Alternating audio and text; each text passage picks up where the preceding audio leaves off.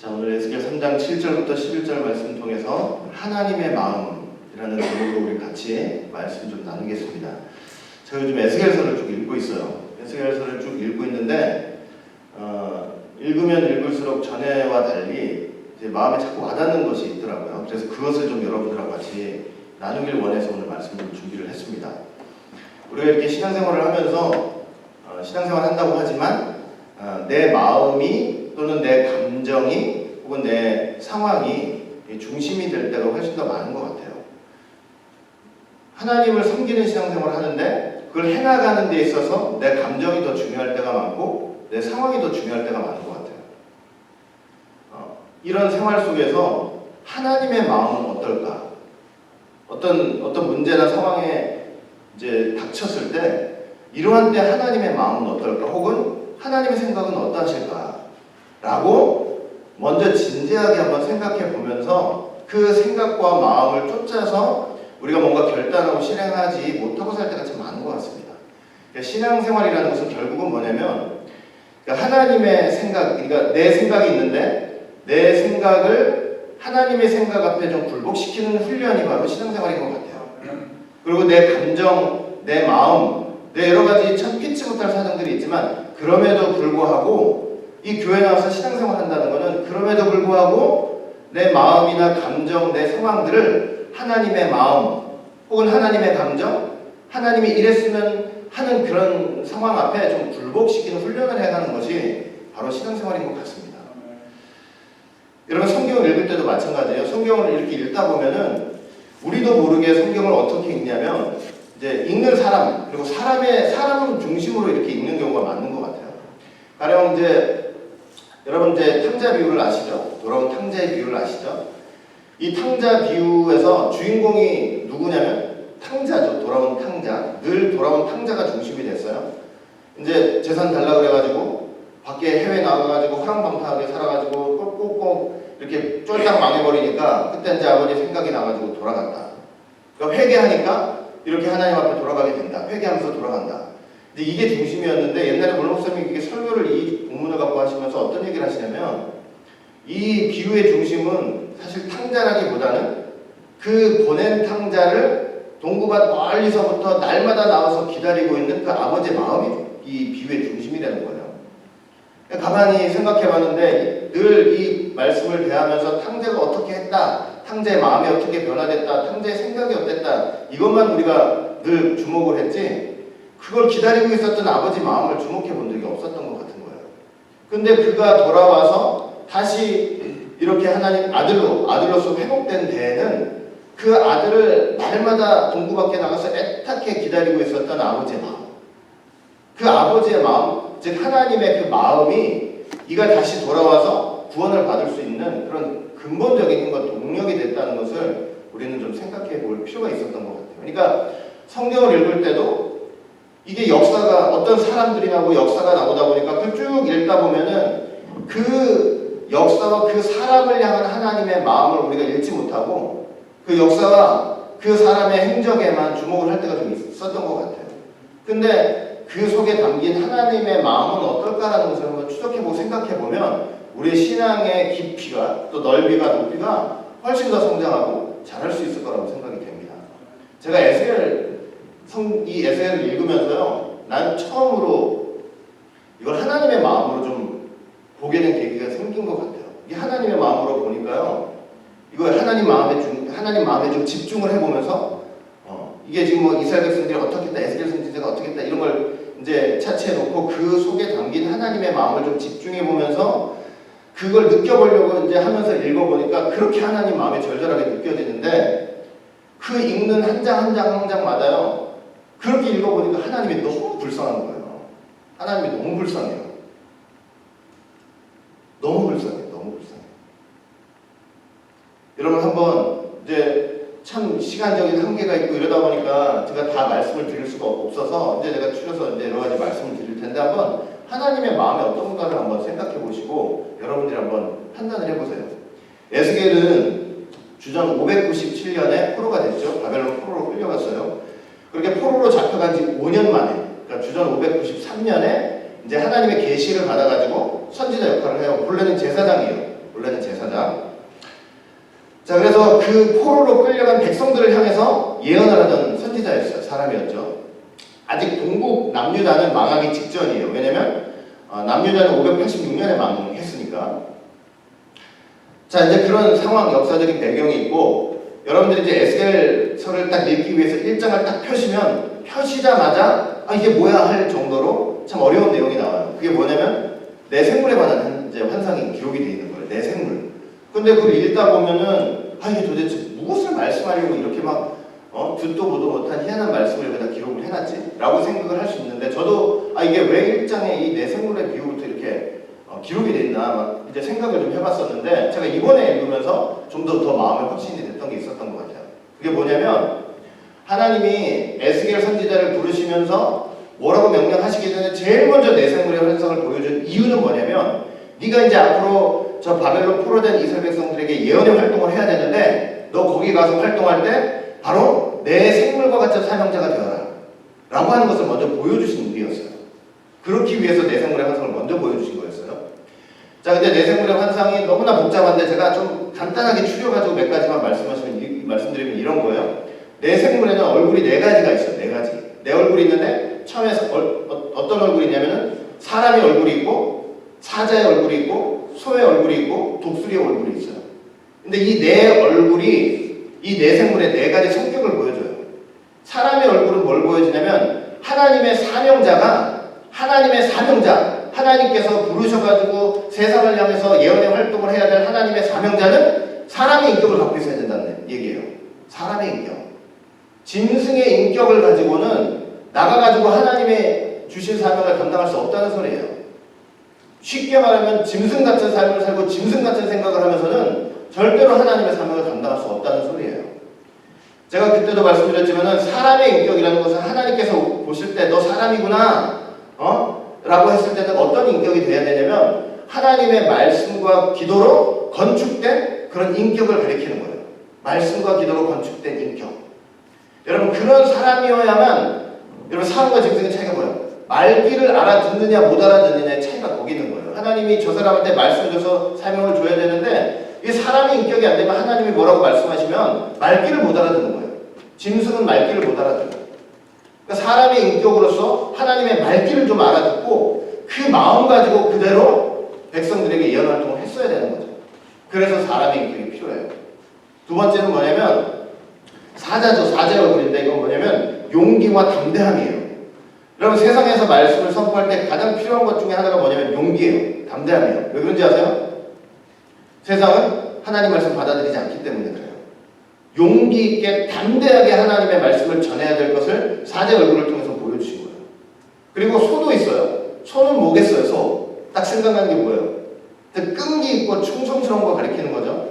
하여튼 무난하게 이랬다 저랬다 하지 않고 그냥 무난하게 그 자리를 지키면서 끝까지 사명의 길을 감당해야 된다는 것을 보여주는 게 바로 소의 얼굴이에요. 그리고 독수리가 있죠? 독수리는 뭐겠어요? 통찰력이에요. 통찰력. 통찰력은 뭐냐면 하나님의 사람은 하나님의 말씀을 듣고 깨닫는 통찰력이 있어야 된다는 소리예요. 말씀을 듣는데 깨닫지 못하고는 하나님의 사명을 감당할 수가 없기 때문이에요. 그리고 그뿐만이 아니고 이제 내가 말씀을 전하면은 그 말씀을 받는 사람들이 있을 거 아니에요? 그 말씀을 받는 사람들의 마음도 통찰할 수 있는 능력을 갖고 있어야 돼요. 그래야만 하나님의 사람으로서의 사명을 감당할 수 있게 되는 거죠. 이렇게 4가지 얼굴을 통해서 그런 걸 보여주는 거고, 그리고 내 생물은요 또 뭐냐면, 여러분, 내 생물은 이렇게 움직일 때 특징이 있어요. 어떤 특징이냐면은 한번 이제 움직이잖아요. 그럼 어떻게 움직이냐면은 그냥 앞을 향해서, 정면을 향해서 곧장 직진을 해버려요. 뭐 뒤 돌아보고 자시고 옆으로 가고 이것도 없이 그냥 곧장 직진하는 게 바로 이 내생물의 움직임의 특징이에요. 그러니까 이것은 어떤 것을 의미하냐면, 주신 사명에 대해서, 하나님이 맡겨주신 사명에 대해서 뒤돌아보거나 옆을 곁길을 가거나 후회하거나 중간에 그만두거나 포기하는 것 없이 그냥 끝까지 그 사명의 자리를 지키면서 감당을 하는 것을 보여주는 거예요. 그리고 내 생물한테는 바퀴가 있어요. 여러분, 바퀴, 돌아가는 바퀴 아시죠? 그런데 이 바퀴는 어떤 걸 보여주냐면, 바퀴는 이제 어떤 일을 할 때 바퀴가 돌아가면서 움직일 거 아니에요? 근데 이 바퀴 안에 내 생물의 신이 있어요. 신. 그러니까 이건 어떤 걸 의미하냐면 이 내생물이 움직이는 어떤 움직임 속에도 그 움직임의 조종자 되시는 분은 하나님의 성령이 되신다는 거예요. 자기의 뜻대로, 의지대로, 계획대로, 기분대로, 감정대로 움직이는 것이 아니고 그 중심에 신이 있어서, 하나님의 영이 있어서 하나님의 성령의 원하시는 대로, 뜻대로 그렇게 움직이는 사명자가 된다는 것을 보여주는 거예요. 내생물이 이제 날 때가 있는데 이 날개 소리 있잖아요. 이제 날개 소리가 있는데 그 날개 소리를 뭐라고 표현하고 있냐면 한 전능자의 음성과 같대요. 계시록 보니까 하나님의 말씀 소리 같대요. 이건 어떤 의미냐면 내생물이 날개를 펴서 파닥파닥 할 때마다 그 소리가 뭐냐면 하나님의 말씀 소리인 거예요. 말씀 소리. 그냥 이 사명자는요 어디를 가기 위해서 움직이는데 그 움직이는 발걸음이 다 뭐 하는 사명의 발걸음이냐면 하나님의 말씀만 전하는 발걸음이 되는 거예요. 다른 거 눈 돌리지 않고 자기 주장하지 않고 고집 피우지 않고 하나님의 말씀만 전하는 그런 사명자의 모습. 여러분 그래서 이 내생물은요 여러분 이건 이제 아셔야 돼요. 인간이 하나님의 형상대로 창조된 인간이 가져야 될 가장 고귀한 성격을 보여주는 거예요. 이런 성질을 갖고 있어야 된다. 그래야만 세상을 향해서 하나님의 사명자로서의 사명을 감당할 수 있다. 이것을 보여주는 게 바로 내생물인 거예요. 자 그런데 에스겔한테 뭐 다른 어떤 얘기를 하기 전에 이걸 먼저 보여주셨단 말이에요. 근데 이것을 보여주시면서 왜 이런 사명자가 되어야 한다고 말씀을 하셨냐면 아까도 말씀드렸지만 그건 분명한 이유가 있었어요. 그 이유는 여러분들이 성경 보시면은 제가 설명하지 않아도 다 나와요. 여러분 에스겔 2장 한번 볼게요. 에스겔 2장을 보시면은 자 에스겔 2장 1절부터 2절 말씀 보시면 이렇게 돼 있어요. 그가 내게 이르시되 이제 하나님이 말씀하시는 거예요. 인자야 일어서라 내가 너에게 말하리라 하시며 말씀하실 때 그 신이 내게 임하사 성령이 임하신 거죠. 나를 일으켜 세우시기로 그 말씀하시는 자의 소리를 들으니 에스겔 2장 3절 내게 이르시되 인자야 내가 너를 이스라엘 자손 곧 패역한 백성 나를 배반하는 자에게 보내노라. 왜 내생물과 같은 이런 사명의 모습이 있어야 되냐면 하나님이 에스겔 선지자를 자기 백성한테 보내시는데 그 자기 백성은 어떤 백성이에요? 보니까 말씀 그대로 패역한 백성이래요. 패역한 백성. 나를 배반하는 사람들한테 너를 보내겠다 이거예요. 그러니까 말씀을 전하면 그 전하는 즉시 그냥 그 귀에 쏙쏙 들어와가지고 그걸 수긍하고 마음에 영접하고 그걸 믿고 행하는 그런 사람들한테 보내는 게 아니고 듣는 쪽쪽 그 말씀이 다 튕겨나가고 그거를 반항하고 하나님을 배신하는 그런 백성들한테 내가 너를 보낸다 이렇게 말씀을 하고 계시는 거예요. 그러면서 계속 읽으면 그가 그 열조와 그들과 그 열조가 내게 범죄하여 오늘날까지 일어났다.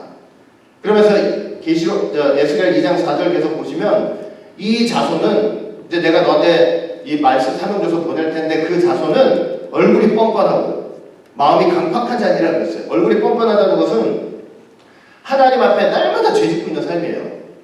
하나님 앞에 죄 짓고 있는데 사람은 다 죄 짓죠. 그런데 그 죄 지으면서도 부끄러운 줄을 모르는 사람들이에요. 여러분 얼굴에 철판 깔았다는 게 무슨 소리예요? 아무리 부끄럽고 수치스러운 일을 해도 그 부끄럽게 여기지 않는 게 얼굴 철판 깐 거 아니에요? 그런데 이 사람들이 바로 죄 짓고 있으면서 하나님 앞에 부끄러운 줄을 모르는 사람이라는 거예요. 자 그러니까 뭐냐면 계속 죄 지을 수 있는 거예요. 여러분 사람이 어떻게 하나님 앞에 계속 죄를 짓겠어요? 얼굴에 뭐를 깔았기 때문에 이게 되는 거예요. 철판을 까니까 가능한 거예요. 이게. 계속 죄져요. 마음이 강팍하다는 것은 마음이 돌덩이처럼 됐어요. 이미 돌덩이가 돼가지고 아무리 하나님의 선지자가 에스겔 선지자가 이렇게 얘기를 해도 신경 안 쓰는 거예요. 내가 너를 그들에게 보내노니 너는 그들에게 이르기를 주 여호와의 말씀이 이러하시다 하라. 그러면서 에스겔 2장 5절 그들은 패역한 족속이라니 계속 얘기하시는 거예요. 패역한 족속이다. 나를 배반하고 배신하는 족속이다. 듣든지 아니 듣든지 그들 가운데 나중에 선지자가 있었던 줄은 알지니라. 그러니까 듣든지 말든지 일단 얘기하래요. 그러면 나중에 나라가 말씀대로 망해가지고 쫄딱 망했을 때 아 그래도 우리 가운데 하나님이 보내신 선지자는 있었구나라는 것을 그때 가서는 깨달았겠다 이거예요.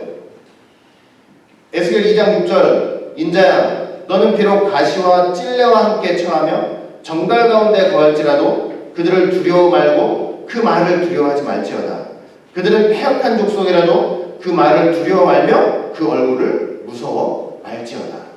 내가 너 이스라엘 백성들한테 보낼 텐데 너 하는 말씀의 사역이 가시밭 길이 될 거야. 가시와 찔레와 함께 거하는 거래요. 정갈 가운데 거하는 거랑 똑같대요. 무슨 말이냐면 너 말씀 한마디 전하잖아. 그러면 절대로 하나도 먹히지 않을 거야. 하나도. 말씀 하나도 먹히지 않을 거고 오히려 쏘는 화살이 돼서 너한테 들어올 거야. 네가 뭔데 그따위로 나한테 얘기하냐고. 내 상황을 아느냐, 네가 내 마음을 아느냐. 우리가 지금 바벨론 포로돼가지고 이렇게 어렵게 사는데 왜 그따위 소리를 하냐고. 왜 소망과 희망의 메시지를 안 주고 망한다고 얘기를 하느냐고. 그러나 그들이 반역하더라도, 그렇게 반역하더라도 그 쏘는 말을 두려워하지 말고 험상궂게, 에스겔 너한테 험상궂게 얼굴 인상 팍팍 쓰면서 말하는 거, 그것도 두려워하지 말아요. 에스겔 2장 7절, 그들은 심히 패역한 자라. 듣든지 아니 듣든지 너는 내 말로 구할지어다. 근데 참 제가 이쯤 되니까 좀 궁금한 게 생겨요. 참 패역한 자래요. 그래서 너 가봤자 말씀 전해봤자 듣지도 않을 거래요.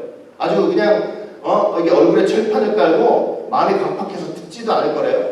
근데 희한하잖아. 듣든지 아니 듣든지 그런데도 가서 전하래요. 그런데도. 하나님 마음이 참 이해가 안 돼요. 보내봤자 한마디도 듣지 않을 건데 그런데도 듣든지 아니 듣든지 가서 전하라는 거예요. 반역자인 거, 말 듣지 않을 거 뻔히 아시는데도 불구하고 그럼에도 불구하고 내 말을 가서 전해라. 하나님이 뭐가 부족한 게 있으셔가지고, 여러분 우리 같으면요 말을 몇 번 해가지고, 여러분 살다가 보시면 내가 말을 몇 번 해가지고 말 안 들어먹을 것 같으면 저와 여러분들은 어떻게 해요? 그냥 상대 안 하면 그만이에요. 상대 안 하면 되잖아요. 얼굴 안 보고 살면 끝이잖아요. 상대 안 하고 얼굴 안 보면 그냥 입 딱 꼭 다물고 그냥 상대 안 하고 살면 마음 편하잖아요. 근데 하나님은 이상하게 뭐가 아쉬운 게 있어가지고, 뭐가 부족한 게 있어가지고, 아니 말 안 들고 뻔히 안 하시면 그냥 입 다무시면 되잖아요. 왜 가서 자꾸 말씀을 전하라 그래? 그냥 그러다가 죽게 내버려두면 되잖아요. 그냥 지옥 가게 하면 되죠. 하나님과 영원한 결벌의 장소로 보내시면 되잖아요. 그런데도 듣든지 아니 듣든지 그래도 보내서 말씀을 하라는 거예요. 제가 이 듣든지 아니 듣든지 이 말씀 참 우리가 많이 듣는데 그럼에도 불구하고 이렇게 패역한 족속에게 보내시면서도 그래도 가서 구하라는 이 하나님의 심정을 한번 생각해 보니까 이게 보통 마음이 아니신 거예요. 하나님이. 오늘 본문 읽었는데도 마찬가지예요. 그래서 3장 7절 보니까 그들은 이마가 굳고, 고집이 세다는 소리예요. 마음이 강팍해서 네 말을 듣고자 아니할 것이다. 이는 내 말을 듣지 아니하니라. 에스겔 3장 8절, 그런데 내가 그들의 얼굴을 대하도록 너의 얼굴을 굳게 하겠고 그들의 이마를 대하도록 네 이마를 굳게 하겠다. 이게 무슨 말이냐? 공동 번역으로 보면은, 보아라, 내가 너의 얼굴도 그들의 얼굴처럼 두껍게 만들어 주리라. 그리하면 너의 얼굴도 쇠가죽을 쓴 그들의 얼굴처럼 낯빛 하나 변하지 않아도 되리라. 여러분 이게 무슨 말씀인지 아세요? 이 얼굴빛 하나 변하지 않고 말씀 듣지도 않는데 그럼에도 불구하고, 여러분 생각해보세요. 누가 여러분들이 얘기를 하는데 반응이 한 개도 없어. 그냥 무표정이에요. 이러고 앉아있어. 누가 이제 얘기를 하는데 여러분들 말이 팡팡팡팡 튀어나오는 거 여러분 느껴요? 안 느껴요? 느끼죠? 그럼 여러분 어떻게 하게 돼요? 그렇게 내가 무슨 말을 하는데 표정 하나도 없고 하나도 반응이 없고 그냥 이렇게, 그러면은 얼마나 말하고 있는 게 부끄러우시냐고요. 그쵸? 그럼 말을 입을 닫게 되죠. 근데 하나님이 어떻게 하시는지 아세요? 분명히 가면은 네가 말씀을 전하면 사람들 표정도 그렇고 오히려 쏘는 화살이 돼가지고 무표정하게 그러고 있을 텐데, 그러면 에스겔 선지자 부끄러워가지고 말을 더 못할 거 아니에요. 그러니까 하나님 어떻게 해주셨다고 하는 건지 아세요? 내가 네 얼굴도 철판을 깔아줄게. 네 이마를 그들의 이마보다 더 굳게 해줄게. 그러니까 아무리 창피하고 부끄러운 것처럼 도는 상황이 오더라도 그럼에도 불구하고 말씀을 전할 수 있도록 내가 네 얼굴에 철판을 깔아주겠다, 이렇게 말씀하시는 거예요. 아니 무슨 사람이면 이렇게 할 수 있냐고요. 말도 안 듣는 사람들한테. 어떤 사람이면 하나님이 어떤 마음을 가지고 있으면 이렇게까지 하셔야 되냐고, 하나님이. 에스겔 3장 9절 보니까 너의 이마로 화석보다 굳은 금강석 같이 하였으니 그들이 비록 패역한 족속이라도 너 두려워하지 말고 그 얼굴을 무서워하지 말고, 계속 말씀하시는 거죠. 그들이 이거예요. 그들이 말씀을 거부하고 거절하는 그 고집보다도 그럼에도 불구하고 말씀을 전하는 고집을 내가 너한테 더하게 해줄게. 이 말씀을 하시는 거예요. 아무리 반역하고 반항하고 무관심하고 무반응이라고 해도 너 무서워하지 말고 말씀 전해. 왜 이렇게까지 해야 돼요? 왜 이렇게까지? 에스겔 3장 10절 내게 이르시되 인자야 내가 너에게 이를 모든 말을 너는 마음으로 받으며 귀를 듣고 너는 내 말을 잘 들어. 에스겔 3장 11절 사로잡힌 내 민족에게 가서 역시 또 뭐냐? 그들이 듣든지 아니 듣든지 그들의 고하여 이르기를 주 여호와의 말씀이 이루하시다 하라. 하여튼 고집불통 마음이 쇠가지고 돌덩이에요. 그런데도 듣든지 아니 듣든지 가서 전하라. 도대체 어떤 마음이셔요?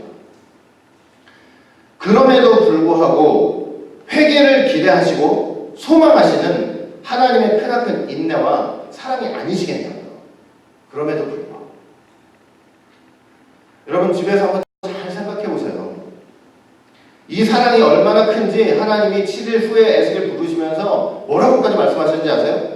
에스겔 3장 17절 인자야 내가 너를 이스라엘 족속의 파수꾼으로 세웠으니 너는 내 입의 말을 듣고 나를 대신하여 그들을 깨우치라. 3장 18절 가령 내가 악인에게 말하기를 너는 꼭 죽으리라 할 때에 네가 깨우치지 아니하거나 말로 악인에게 일러서 그 악한 길을 떠나 생명을 구원케 하지 아니하면 그 악인은 그 죄악 중에서 죽으려니와 내가 그 핏값을 너의 손에서 찾겠다. 여러분 어떻게까지 말씀하신 거냐면요. 악인한테 가가지고 너 악인한테 가가지고 찾아가서 말씀을 전하고 그걸 깨우치지 않아서 그가 죄악 중에 죽으면 그 핏값을 누구한테 찾으시겠대요? 에스겔한테 찾으시겠대요. 이게 안 들을 거 뻔히 알면서도 너 가서 그런 것 때문에 안전해? 안전하면 그 핏값을 내가 너한테 찾을 거야. 에스겔 3장 19절 네가 악인을 깨우치되 그 악한 마음과 악한 행위에서 돌이키지 아니하면 그는 죄악정에서 죽으려니와 너는 내 생명을 보존하리라. 3장 20절 의인이 그 의에서 돌이켜 악을 행할 때에는 이미 행한 그 의는 기억할 바가 아니라 내가 그 앞에서 거치는 것을 두면 그는 죽을지니 이는 내가 그를 깨우치지 않음이라. 그가 그 죄 중에서 죽으려니와 그 핏값은 내가 네 손에서 찾으리라. 여러분 이제 의인이 있어요. 의인인데 옛날에는 의인이었는데 지금은 악인이에요. 옛날에 하나님 잘 믿었는데 지금은 안 믿어요. 그래가지고 야 나 얘 한참 하나님 잘 믿어봤는데 하나님 믿어봤자 소용 하나도 없다. 나 그냥 개판되더라 오히려 잘 되는 거 하나도 없고 엉망진창이더라. 이게 이제 의인이었다가 악인 된 사람들이에요. 그런데 그런 사람들한테라도 가가지고 너 말씀 전하지 않으면 그 핏값도 내가 너한테 찾겠다 이렇게 말씀하시는 거예요. 나 같으면 안 가요. 나 같으면. 에스겔 3장 21절 네가 그 의인을 깨우쳐서 범죄치 않게 함으로 그가 범죄치 아니하는 정령 살리니 이는 깨우치심을 받으며 너도 그 영혼을 보존하리라.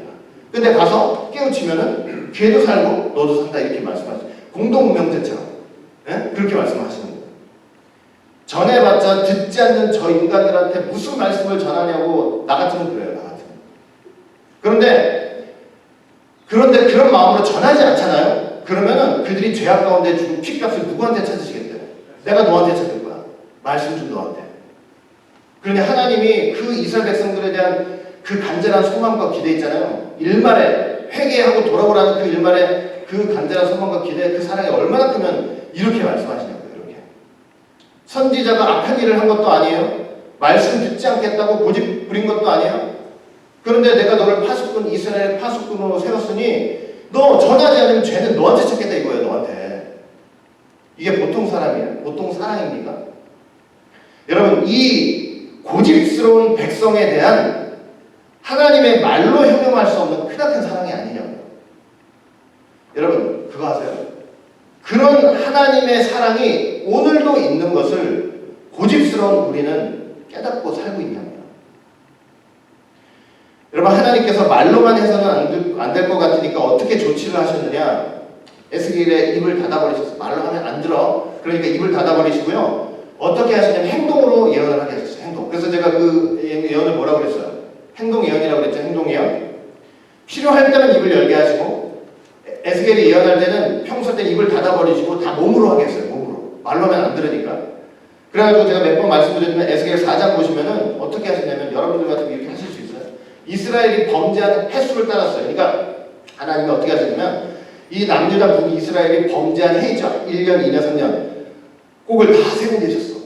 그러다가 나중에 에스겔한테 뭐라고 그러냐면, 야, 이스라엘이 범죄한 횟수대로 너 북이스라엘을 위해서 390일 그리고 남유다를 위해서 40일 동안 어떻게 하라? 누워있으라는 거야. 몸을 꽁꽁 묶고 누워있으래요.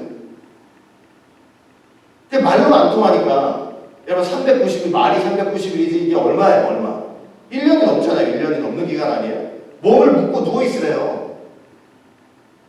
꽁꽁 묶고. 여러분 에스겔이 이렇게 꽁꽁 묶여있다고 생각하지 마세요. 하나님이 당신의 백성의 그 죄를 위해서 본인이 이렇게 묶여있는 모습을 보여주고 있는 거예요. 예수님이 무슨 죄가 있어서 십자가에 그렇게 달리셨냐고요. 자기 백성을 위해서 이렇게 꽁꽁 묶인 거 아닙니까? 하나님이 뭐가 부족하고 아쉬워서 이러시냐고. 하루에 음식도 조금만 먹어야 돼. 너 물도 2컵만 먹어. 떡을 부을 때는 인분으로 사람 똥으로 부어서 먹어. 나중에 그게 안 된다고 하니까 저는 도저히 못하겠으니까 그럼 소똥으로 부어서 먹어. 얼마나 부정한 음식, 부정한 그런 걸 먹게 하시면서, 야, 너희들 이스라엘 백성들 나중에 회개하지만 뚫딱 망해가지고 이렇게 된다. 이거 보여주시는 거예요. 말로 해봤자 소용이 없으니까. 뭐 심판이 있다, 지옥이 있다 아무리 말해도 들은 척도 안 해요. 들은 척도. 죄짓기에 담대한 우리잖아요. 그러니까 이렇게 에스겔을 통해서 이런 모습을 보여주시는 거예요. 에스겔 5장 보시면은 에스겔한테 머리칼을 자르라고 했어요. 제사장이 머리칼 자르는 거 얼마나 큰 수치인지 몰라요. 여러분 여기서 옷 벗으라 그러면 다 수치잖아요. 그것처럼 수치예요. 수치.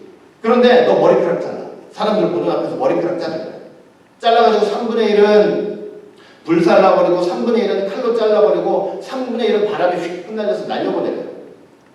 3분의 1은 기근과 온역으로 죽고 3분의 1은 칼에 말아 죽고 3분의 1은 사망에 흩어져서 죽을 것을 다 예표해서 보여주시는 거예요. 그러니까 그렇게 수치스러운 일을 시키시면서까지 이런 모습을 다 보여주시는 거예요. 에스겔 6장 11절 보니까, 야, 이스라엘 백성들한테 전할 때, 말씀 전할 때 너 이렇게 해야 돼. 손뼉을 치고 손뼉을 치면서 발을 구르면서 그렇게 예언을 하는 거예요. 여러분 사람이 있잖아요. 막 그냥 이렇게 말할 때 안 들어요. 저도 요즘 이제 다이가 이러면은 안 들어. 고개도 안 들어봐. 근데 내가 어떻게 하면 하도 답답하니까 이제 손뼉을 막 빡빡 치면서 다이야 이러면서, 그러면 이제 기껏 한번 돌아봤다가 또. 하나님이 얼마나 자기 백성을 부르시고 말씀으로 권면하시려고 하는데 고개도 안 들어보니까 손뼉을 치면서 발을 구르면서 그렇게 예언하라는 거예요. 하나님이 그렇게 하고 계시다고 지금 생각을 해보시라고요. 에스겔 12장 낮에 이삿짐 싼 다음에 밤에 그 보따리 들고 밤에 성벽을 뚫고 나가라. 뭐 황당한 짓이에요. 나중에 이스라엘 백성들이 망할 때 이처럼 됐어요. 보따리에 이삿짐 짓고 성벽에 구멍을 뚫고 밤에 전부 다 도망을 가야 된 거예요. 에스겔 21장 2절 예루살렘을 향해 성소를 향해 소리내어서 땅을 쳐서 일어나라. 에스겔 21장 6절 허리가 끊어지도록 슬피 울며 탄식하라. 여러분 에스겔이 아니고 하나님이 지금 저와 여러분들을 향해서, 이 이스라엘 백성들을 향해서 지금 허리가 끊어지도록 슬피 울면서 탄식하면서 지금 회개하고 돌아오라고 지금 말씀하고 계시는 거예요. 에스겔 24장 가마에 양고기를 넣고 뼈가 무르도록 삶으라. 여러분들은 우리 뼈탕 해먹잖아요. 공국 해먹죠. 그러면 뼈가 무르도록 삶는 거예요. 그거는 그냥 뼈에서 국물만 내는 거 아니에요. 근데 뼈가 흐물흐물해질 때까지 삶으래요. 그게 무슨 말이에요? 뼈는 절대로 흐물흐물해질 리가 없다고 생각하잖아요. 고기만 흐물해지지. 그러니까 너희들 지금 회개하지 않고 지금 돌아오지 않으면 절대로 무너지지 않을 거라고 생각했던 그 예루살렘 성, 그 믿음의 도성 다 무너질 거야 라고 보여주시는 거예요. 에스겔 24장 제가 한번 말씀드렸죠. 에스겔한테 뭐라고 하냐면 어느 날 아침에 나오시더니 내가 너 눈에 아주 기뻐하는 것을 한번 빼앗을게. 그러면 빼앗으면 어떻게 하래요? 빼앗으면 절대로 슬퍼하지도 말고 울지도 말고 누가 음식 갖다 주면은 먹지도 말고. 그 말씀 듣고 그날 저녁에 하나님이 에스겔의 아내를 딱 죽여버리신 거예요. 여러분 왜 이런 말씀하셨냐면 예루살렘에 이제 멸망의 날이 오잖아요. 그러면 너무나 이런 죽음이 허다해가지고 너무 기가 막혀가지고 울음도 안 나오는 그런 상황이 될 거라고 말씀을 해주시는 거예요. 하나님이 어떻게 사람한테 이런 명령을 내리시냐고 여러분 그렇게 말씀하시면 안 돼요. 저도 마찬가지고. 하나님도 우리의 죄를 깨닫게 하시고 용서해 주시기 위해서 하나님 눈에 가장 기뻐하시는 예수님을 이 땅에 십자가의 제물로 보내셨잖아요. 왜 그렇게까지 하면서 돌아오라고 하시냐. 그 완악하고 강팍한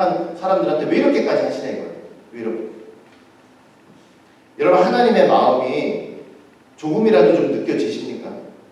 고집스럽고 완악하고 너무나 강팍한 백성들이에요. 그런데 어떻게 해서든 그 귓구멍을 열고 깨닫게 해주시려고, 그 회개하게 하시려고 그렇게 하시는 그 인내와 그 큰 사랑, 하나님이 도대체 뭐가 하시고서 이렇게까지 하셔야 되나? 에스겔 선지자는 뭘 잘못했길래 이런 일까지 해야 돼요? 그 사랑과 그 큰 인내, 그런 은혜가 없었다면 어떻게 이런 일을 하시겠냐고요.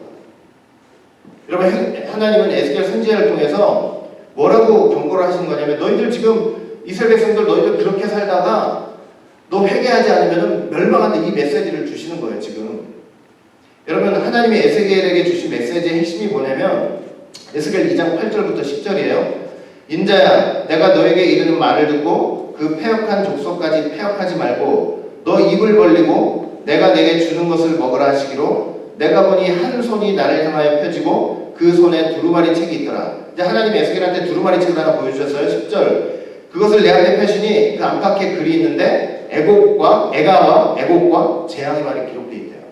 그러니까 결국 핵심이 뭐냐면요, 너희들 지금 회개하지 않으면 분명히 이 예루살렘의 결말은 애곡과 재앙이다, 멸망이라고 지금 경고를 하시는 거예요. 그거를 말씀을 하시는데 그 귓구멍으로 말씀을 안 들으니까 에스겔을 통해서 보여주시는 거지만, 에스겔이지만 그건 하나님께서 그 현장에 가서 하나님께서 그냥 가슴에 허리가 끊어지도록 외치시는 거고, 발을 구르면서 손뼉을 치시면서 우리를 향해서 말씀하시는 거고, 그 죄도 없는 분이 390일 40일 동안 묶여가지고 먹는 것도 없이 그러고 계시는 거예요. 그 안타까운 마음으로 고집부리면서 안 듣는데도 전하시는 그 하나님의 마음, 그 마음이잖아요. 벽에다 대고 얘기하는 것 같아요. 답답하고 속이 터지죠. 여러분, 예수님도 이 땅에 오셔서 뭐라고 그러셨는지 아세요? 예수님도 우리가 너희를 향해서 피를 부는데 춤을 추는 사람이 하나도 없다는 거예요. 우리가 너희를 향해서 애곡하는데도 한 사람도 가슴 치는 사람이 없대요.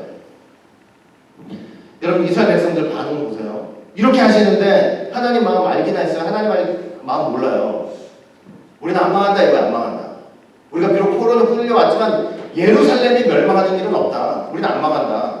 죄 짓고 우상 숭배하고 내 맘대로 살아도 우린 이렇게 산다고 해도 나는 하나님 백성이니까 우리는 안 망한다. 예루살렘 안 망한다, 이거예요. 그거 마음에 확신 얻고 위로받으려고 이 이스라엘 백성들이 무슨 짓 하는지 아세요? 거짓 선지자 찾아가는 거예요. 찾아가가지고 거기서 마음에 확신을 얻고 위로받는 거예요.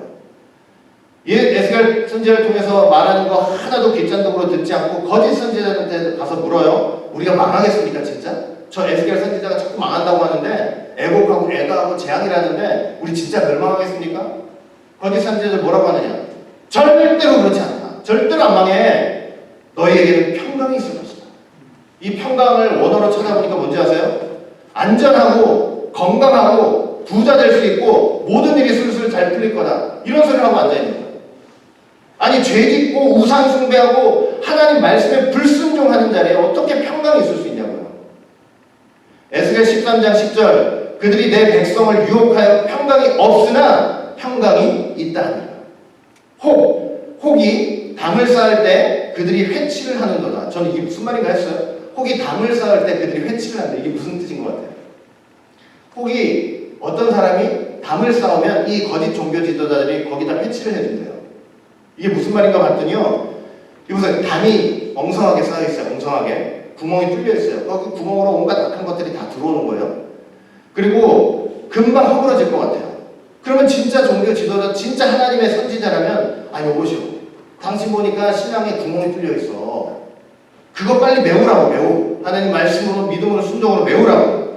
그리고 담이 엉성하고 금방 허물어질 것 같고 너무 담이 낮으니까 당신 그거 빨리 높고 크고 두껍게 좀 쌓으라고, 이렇게 권면하라는 게 진짜 하나님의 사람 아니겠냐고요. 그런데 어떻게 하는지 아세요? 담 허물어질 것 같아요. 구멍이 꽁꽁 뚫려 있어요. 그런데 이 거짓 선지자들이 뭘 해주면 거기다 패치를 하는 거예요. 이쁘게 색칠을 해줘요. 이쁘게 색칠을 하면서 잘하고 계신다고, 지금 잘하고 계시는 거라고. 하나님이 당신의 신앙생활을 기뻐하신다. 절대 망하지 않는다고. 여러분, 거짓 선지자들이 그러고 있었어요. 하나님이 그들에 대해서 얼마나 진노했는지 몰라요. 에스겔 13장 3절 보세요. 주 여호와의 말씀에 본 것이 없이 자기 심령을 따라 예언하는 우매한 선지자에게 화가 있을 것이다. 본 것이 없이. 성경을 한 번이라도 본 사람이라면 그렇게 얘기 못하는 거예요. 본 것이 없이 뭘로 얘기한 거예요? 자기 마음을 따라서. 자기 상식을 따라서. 에스겔 13장 19절 보니까 너희가 두어 웅큼 보리와 두어 조각 떡을 위해서 먹는 양식을 위해서 나를 내 백성 가운데서 욕되게 했다. 이게 무슨 말이냐면 하나님을 욕되게 했대요. 거짓 선지자들이. 왜? 잘못한 백성 하나님이 책망하고 있는데 책망하지 않고 오히려 회개해라 그럼 멸망한다라고 하는 하나님의 말씀을 모욕했다는 얘기예요. 모욕했다.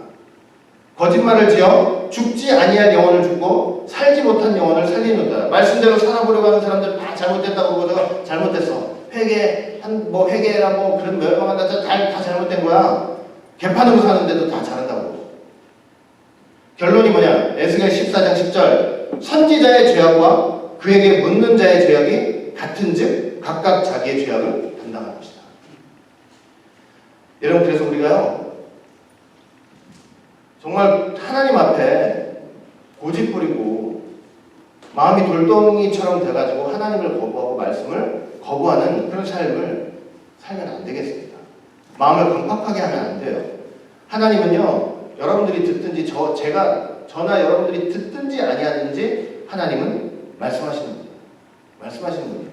제가 나중에도 말씀드리겠지만 월마스 이 말씀하신 게 제가 아직도 기억나요. 말씀을 거절하고 듣지 않으려는 그 사람들의 고집보다 끝까지 말씀을 전해가지고 그걸 회개시키려고 하시는 하나님의 고집이 더 세대요. 그러니까 아무리 듣지 않으려고 해도 하나님은 어떻게든 말씀을 하실 거예요. 당신의 종들을 통해서 어떻게든 말씀을 하실 거예요.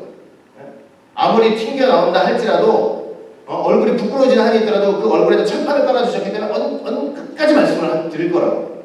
말씀을 하실 거예요. 그런데 그런 상황에서 여러분 문을 닫으면 안 된다는 소리예요. 문을 닫으면. 마음의 문을.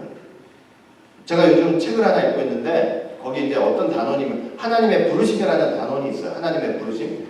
제가 한번 말씀드렸죠. 하나님의 부르심 두 가지가 있다고 그랬죠. 하나는 외적 부르심과 또 하나는 내적 부르심이 있다고 그랬어요. 내적 부르심과 내적 부르심이 있는데 내적 부르심은 효과적인 부르심이라고 얘기를 말씀드렸어요. 그게 효과적인 부르심, 구원에 이르는 부르심이에요. 그런데 그 책에서 이런 얘기를 해요. 효과적인 부르심을 받지 못한 사람들의 특징을 이렇게 얘기를 했어요. 몇 가지를 쭉 얘기했는데 여러분 한번 들어보시고요. 저도 이거 하면서 이게 한 9가지가 있는데 그걸 쭉 읽으면서 야 내가 진짜 부르심을 받고 신앙생활을 하고 있는 거냐 한번 내 자신을 점검해보고 내 마음을 조사해보게 되더라고요. 첫째 뭐냐면 물 한잔 마시고요. 첫째 뭐냐 말씀의 물방울이 귀에는 맺혀 있는데 마음으로 스며들지 못한 사람들이래요. 말씀의 물방울이 귀에는 맺혀 있는데 마음으로 스며들지 못한 사람들, 효과적인 부르심을 받은 사람들이 못 된다는 거예요. 둘째, 말씀을 들을 때는 기쁜데 말씀을 들을 때 기뻐하기도 해요. 그런데 그 말씀의 영향력이 그 마음에 남아있지 않는 사람들이래요. 이런 말씀 들을 때 지식적으로는 다 잊어버릴 수 있어요. 내가 그게 뭐였지? 이게 지식적으로는 잃어버릴 수 있어요. 그러나 말씀을 들었는데 그 들은 말씀의 영향력이 내 삶과 인격을 전혀 지배하지 못하는 사람. 셋째, 세상과 짝하고 악과 함께 뒹구는 것을 예사로 하는 사람들. 그 말씀을 많이 듣는데도 불구하고 여전히 옛사람 그대로 전혀 변하지 않는 사람들. 넷째, 자신들이 죄악되고 잃어버린 상태에 있음을 한 번도 깨달아 본 적이 없는 사람들.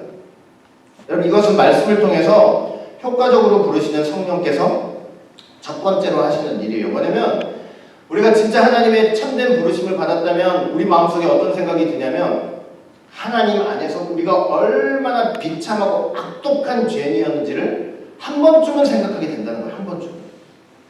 어떤 지경에서 내가 예수님을 통해서 구원받게 되었는가. 그거 하지 못하고 일생을 자기 편할 대로 살고 그대로 돼 있어요. 자기 편할 대로 살고 자신이 죽은 후 불멸하는 영혼이 처하게 될 상태에 대해서 진지한 고민이 없는 사람들. 다섯째, 죄에 대해서 한 번도 깊이 자각해 본 적이 없는 사람들이에요. 여러분, 내가 죄 짓고 우리 다 죄 짓고 살잖아요.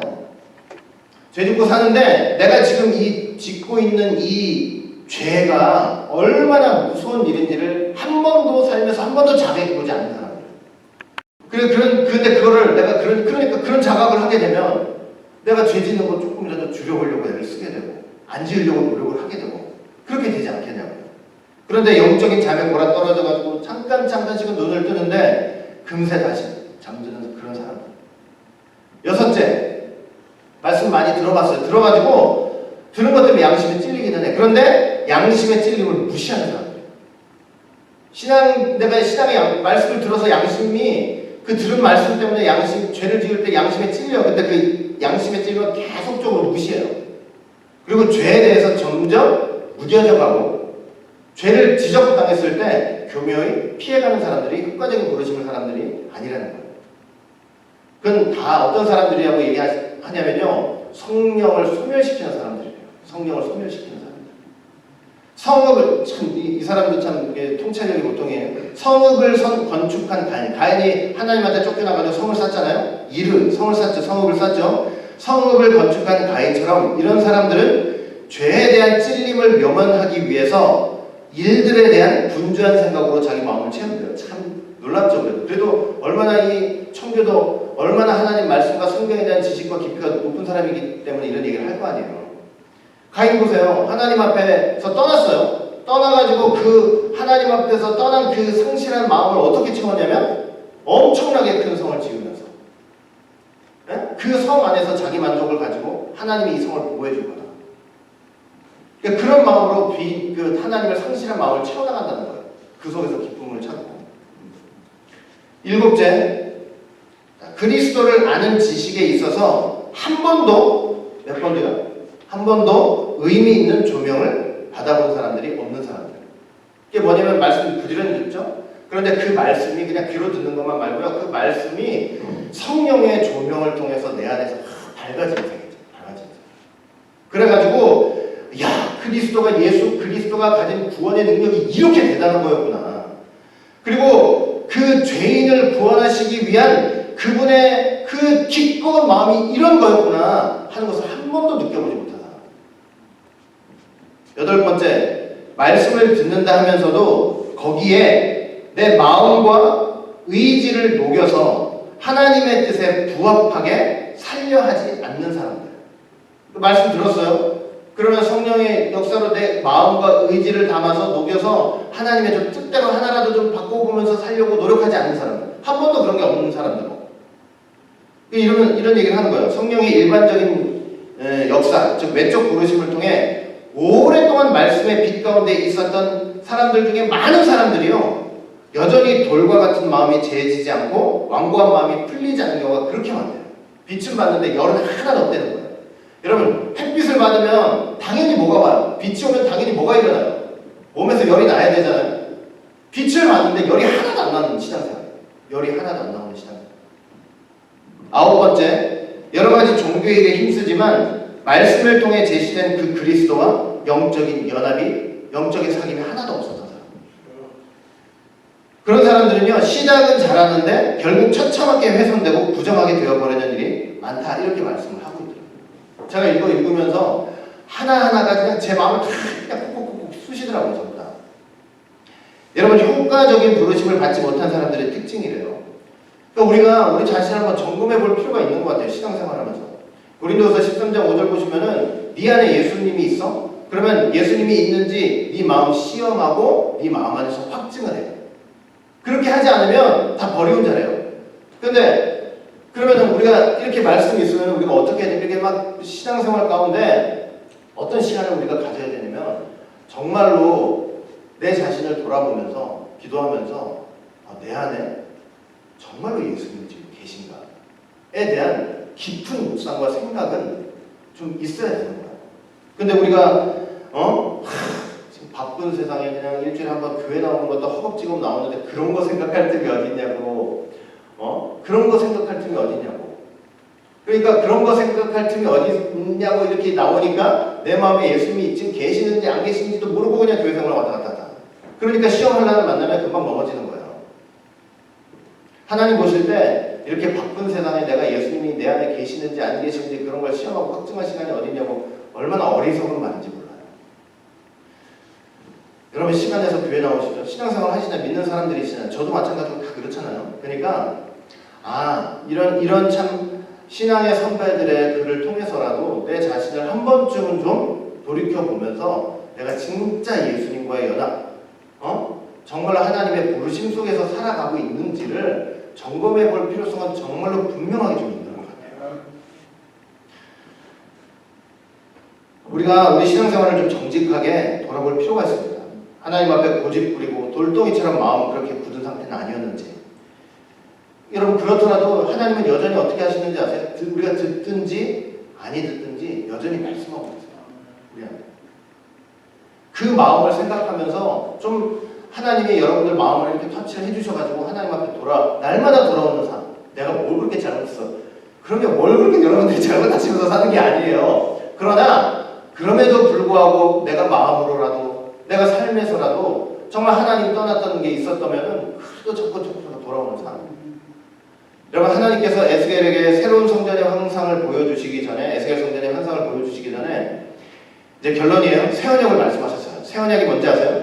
에스겔 36장 26절부터 27절 또 내 새 영을 너희 속에 두고 새 마음을 너희에게 주되 너희 육신에서 굳은 마음을 제하고 부드러운 마음을 줄 것이며 또 내 신을 너희 속에 두어 너희로 내 율례를 행하게 하리니 너희가 내 규례를 지켜 행할지라.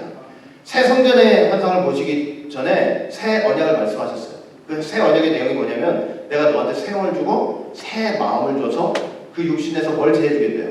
굳은 마음을 제해주고 부드러운 마음. 그럼 부드러운 마음, 말랑말랑한 마음을 얘기하는 게 아니고요. 그 마음은 하나님 말씀에 말씀을 하시면 좀 귀를 기울이고 좀 들을 줄을 알고 좀 받아들이기 어렵고 내 감정에 맞지 않고 내 상황에 맞지 않고 내 생각에 맞지 않고 내가 지금 살아온 인격에 맞지 않는 것 같아도 좀 그걸 적고 좀 받아들일 수 있는 그런 마음이에요. 그게 부드러운 마음이에요. 하나님 볼 때. 그리고 그 마음과 의지를 동원해서 하나님 말씀 앞에 순종하려고 하는 마음. 바로 이런 사람들을 새 성전의 주역으로 삼아주시는 거예요. 우리 오직 예수교회 모든 성도가 바로 이런 성령의 역사가 있는 새 언약의 주역들이 되시기를 주의 이름으로 축원하겠습니다.